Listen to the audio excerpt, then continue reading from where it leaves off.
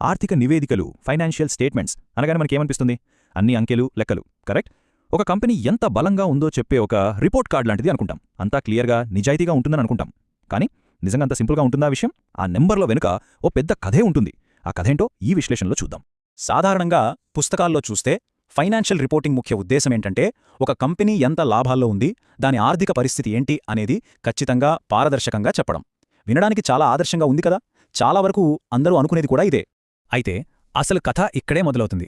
ఈ విశ్లేషణకు ఆధారమైన మూల గ్రంథం ఏం చెప్తుందంటే అసలు ఉద్దేశ్యం వేరే ఉంది. అదేంటంటే చౌకగా మూలధనాన్ని సంపాదించుకోవడం. అంటే వాళ్ల దృష్టిలో ఈ రిపోర్ట్లు కేవలం సమాచారం ఇవ్వడానికి కాదు, వీలైనంత తక్కువ వడ్డీకి లోన్లు తెచ్చుకోవడానికి లేదా వాళ్ల షేర్లను మంచి ధరకు అమ్మి డబ్బు సంపాదించుకోవడానికి. ఇక్కడే మొత్తం గేమ్ మారిపోతుంది. సరే, ఈ చౌక మూలధనం అనే లక్ష్యాన్ని చేరుకోవాలంటే కంపెనీలు కేవలం ఉన్నది ఉన్నట్టు చెప్పి ఊరుకోవు. వాళ్లు తమ నంబర్స్తో ఒక రకమైన వ్యూహాత్మక ఆట ఆడతాయన్నమాట. ఈ ఆటలో అసలు నిజాల కన్నా వాళ్లు చెప్పే కథకే ఎక్కువ విలువుంటుంది. ఈ ఆటలో వాళ్లు వాడే ఒక ముఖ్యమైన టెక్నిక్ ఏంటంటే ఎర్నింగ్ స్మూతింగ్, అంటే లాభాలన్నీ సర్దుబాటు చేయడం. ఎందుకంటే స్టాక్ మార్కెట్కి సడన్ సర్ప్రైజులు నచ్చవు. వాళ్లకు కావాల్సింది స్థిరమైన, ఊహించగలిగే గ్రోత్.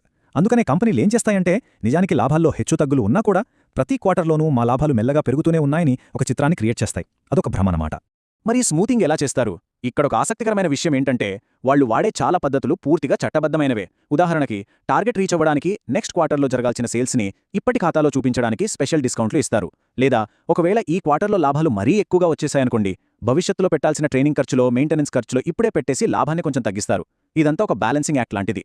ఈ ఎర్నింగ్ స్మూతింగ్ మైండ్సెట్ని ఈ ఒక్క కోట్ అద్భుతంగా చెప్తుంది. మాట్లాడిందెవరో చిన్న కంపెనీ ఎగ్జిక్యూటివ్ కాదు, ఏకంగా జనరల్ ఎలక్ట్రిక్ లాంటి పెద్ద కంపెనీలోని వ్యక్తి. అంటే వాళ్ళ ఆలోచన ఎలా ఉంటుందంటే, ఓ క్వార్టర్ ఎండింగ్ వచ్చేసింది, టార్గెట్ రీచ్ అవ్వట్లేదా, సరే బయట లాభాల్లో ఉన్న కంపెనీ ఏదైనా ఉందా, దాన్ని కొనేద్దాం, మన లెక్కల్లో కలిపేద్దాం. అంత దూరం వెళ్తారన్నమాట. అయితే ఈ గ్రోత్ స్టోరీ అనేది ఎప్పటికీ సాగదు కదా. ప్రతి హై గ్రోత్ కంపెనీ ఏదో ఒక రోజున ఒక గోడను ఢీకొట్టాల్సిందే.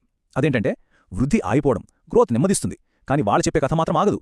మా వృద్ధి ఆగదు, పెరుగుతూనే ఉంటుందని చెప్తూనే ఉంటారు.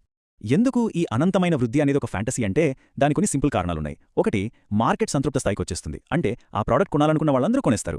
2, కొత్త పోటీ వస్తుంది. 3, కంపెనీ సైజ్ పెరిగే కొద్దీ అదే 40% గ్రోత్ సాధించడం అనేది దాదాపు అసాధ్యం. లాజికే కదా. సో ఒకవైపు మేనేజ్మెంట్ చెప్పే కథ అంటే మా గ్రోత్ ఆగదని, మరోవైపు వాస్తవం అంటే గ్రోత్ నెమ్మదిస్తుందని. ఈ రెండింటి మధ్య ఉన్న గ్యాప్నే కార్పొరేట్ క్రెడిబిలిటీ గ్యాప్ అంటారు.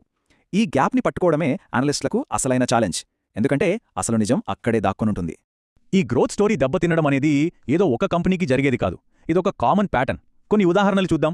First, under armour. వరుసగా 26 క్వార్టర్ల పాటు 20% పైగా గ్రోత్. అద్భుతం కదా. కానీ ఎప్పుడైతే నైక్, అడిడాస్ లాంటి పెద్ద ప్లేయర్లు ఫుట్వేర్ మార్కెట్లో సీరియస్గా పోటీ ఇవ్వడం మొదలుపెట్టారో వాళ్ళ గ్రోత్ స్టోరీకి బ్రేక్ పడింది. Next, Boston beer. ఇక్కడ ప్రాబ్లం ఏంటంటే మార్కెట్ సాచురేషన్. అంటే అమెరికాలో క్రాఫ్ట్ బీర్ తయారు చేసే బ్రూవరీల సంఖ్య డబుల్ అయిపోయి 5,000 దాటింది. దీంతో వాళ్ళ స్పెషాలిటీ పోయింది, సేల్స్ పడిపోయాయి. ఇక మూడోది, హోల్ ఫుడ్స్. ఒకప్పుడు ఆర్గానిక్ ఫుడ్ మార్కెట్కి కింగ్. కానీ క్రోగర్, కాస్ట్కో లాంటి పెద్ద పెద్ద సూపర్ మార్కెట్లు కూడా అవే ప్రోడక్ట్స్ తక్కువ రేటుకు అమ్మడం మొదలుపెట్టాక వాళ్ళ కాంపిటేటివ్ ఎడ్జ్ పోయింది, గ్రోత్ స్టోరీ కూడా ఎండ్ అయింది. ఇక్కడ మనం నేర్చుకోవాల్సిందేంటంటే ఏ కంపెనీ కూడా పోటీకి అతీతం కాదు. సరే, ఇప్పటిదాకా ఎర్నింగ్స్ అంటే లాభాల కథ చూశాం. కానీ ఈ కథని చెప్పడానికి వాడే నంబర్ సంగతేంటి? ఇప్పుడు మనం బ్యాలెన్స్ షీట్ లోపలికి వెళదాం. అక్కడ ఆస్తుల్ని ఎలా క్రియేట్ చేస్తారో చూద్దాం. కొన్నిసార్లు గాల్లోంచి కూడా.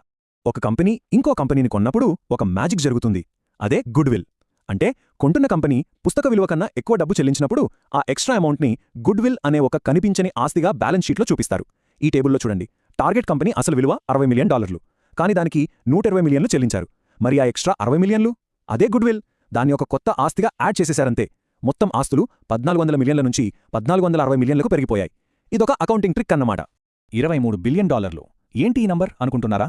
ఇది 2018లో ఒక్క జనరల్ ఎలక్ట్రిక్ మాత్రమే వాళ్లు కొన్న ఆల్స్టామ్ పవర్ బిజినెస్తో సహా రైట్ ఆఫ్ చేసిన గుడ్ విల్ విలువ. అంటే వాళ్ళు ఇక దీనికి విలువ లేదు అని పుస్తకాల్లోంచి తీసేసిన మొత్తం అన్నమాట.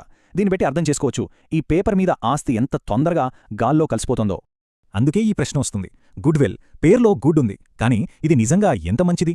పేపర్ మీద ఆస్తిగా కనిపిస్తోంది, కానీ దాని అసలు విలువెంత? దానివల్ల వచ్చే రిస్కులేంటి? ఓ కేస్ స్టడీతో దీన్ని అర్థం చేసుకుందాం. ఒక రెడ్ ఫ్లాగ్ యొక్క విశ్లేషణ. సెలడాన్ గ్రూప్ కేస్. బ్యాలెన్స్ షీట్ని కొంచెం అనుమానంగా చూస్తే ఎంత పెద్ద సమస్యల్ని బయటపెట్టవచ్చో ఈ కేస్ స్టడీ మనకు చూపిస్తుంది. ఈ సెలడాన్ కేసులో చాలా రెడ్ ఫ్లాగ్స్ ఉన్నాయి. స్టెప్ 1, నష్టాల్ని దాచిపెట్టడానికి ఆఫ్ బ్యాలెన్స్ షీట్ సంస్థల్ని వాడారు. అంటే వాళ్ల అప్పుల్ని అసలు లెక్కల్లో చూపించకుండా పక్కన పెట్టారన్నమాట. స్టెప్ 2, ఖర్చులు తగ్గించి లాభాలు ఎక్కువ చూపించుకోవడానికి వాళ్ల ట్రక్కుల లైఫ్ని కావాలనే పేపర్ల మీద పెంచేశారు. స్టెప్ 3, ఇది చాలా ముఖ్యం, వాళ్ళ టాప్ ఆడిటర్ కేపీఎంజీని తీసేసి వాళ్లకంతా పేరు లేని ఒక చిన్న సంస్థని పెట్టుకున్నారు. ఇవన్నీ చూస్తేనే విషయం అర్థమైపోతుంది. సరే, ఇవన్నీ చూశాక ఒక ప్రశ్న వస్తుంది. మరి ఈ విషయాల్ని ఎలా చూడాలి? ఫినాన్షియల్ స్టేట్మెంట్స్ని చదివేటప్పుడు మన ఆలోచనా విధానం ఎలా ఉండాలి? ఒక నిష్క్రియాత్మక పరిశీలకుడిలా కాకుండా క్రియాశీల విశ్లేషకుడిగా ఎలా మారాలో చూద్దాం. ఇక్కడ మనం గుర్తుంచుకోవాల్సిన అతి ముఖ్యమైన విషయమేంటంటే, ఫైనాన్షియల్ రిపోర్టింగ్ అనేది ఓ లెక్కల పుస్తకం కాదు. అదొక చెస్ గేమ్ లాంటిది. అవతలి వాళ్ల ఉద్దేశమేంటి, వాళ్ల నెక్స్ట్ మూవ్ ఏమై ఉంటుంది అని ఆలోచించాలి. ఇది కేవలం నంబర్స్ని చూడటం కాదు, ఆ నంబర్ల వెనకున్న కథని, వ్యూహాన్ని అర్థం చేసుకోవడం. అందుకోసం ఈ సంశయవాద విశ్లేషకుడి టూల్ కిట్ ఉపయోగపడుతుంది. ఫస్ట్, ఎప్పుడూ ఒక ప్రశ్న వేసుకోవాలి. ఈ రిపోర్ట్ ఇచ్చే వాళ్ల మోటివేషన్ ఏంటి? వాళ్ళు ఏం సాధించాలనుకుంటున్నారు? 2, అనంతమైన వృద్ధి అనే కథని గుడ్డిగా నమ్మకూడదు. 3, పేపర్ మీద కనిపించే నంబర్ల కన్నా అసలు కంటికి కనిపించే విలువెంతుంది అనే దానిమీద ఫోకస్ పెట్టాలి. చివరిగా, కంపెనీలో ఏం జరుగుతోంది, ఆడిటర్లు ఎందుకు మారుతున్నారు లాంటి విషయాలు చాలా ముఖ్యమని గుర్తించాలి. సో ఈ విశ్లేషణను ఈ ఒక్క ప్రశ్నతో ముగిద్దాం. మనం ఒక ఫైనాన్షియల్ స్టేట్మెంట్ని చదివినప్పుడు మనం చూస్తున్నది నిజంగా జరిగిన దాన్ని తీసిన ఒక ఫోటోగ్రాఫా, లేక మనల్ని నమ్మించడం కోసం ఎంతో జాగ్రత్తగా గీసిన ఒక పెయింటింగా? ఈ ప్రశ్నకి సమాధానం వెతకడం మొదలుపెడితే అప్పుడు సంఖ్యల వెనుకున్న అసలు కథ మనకు అర్థమవుతుంది.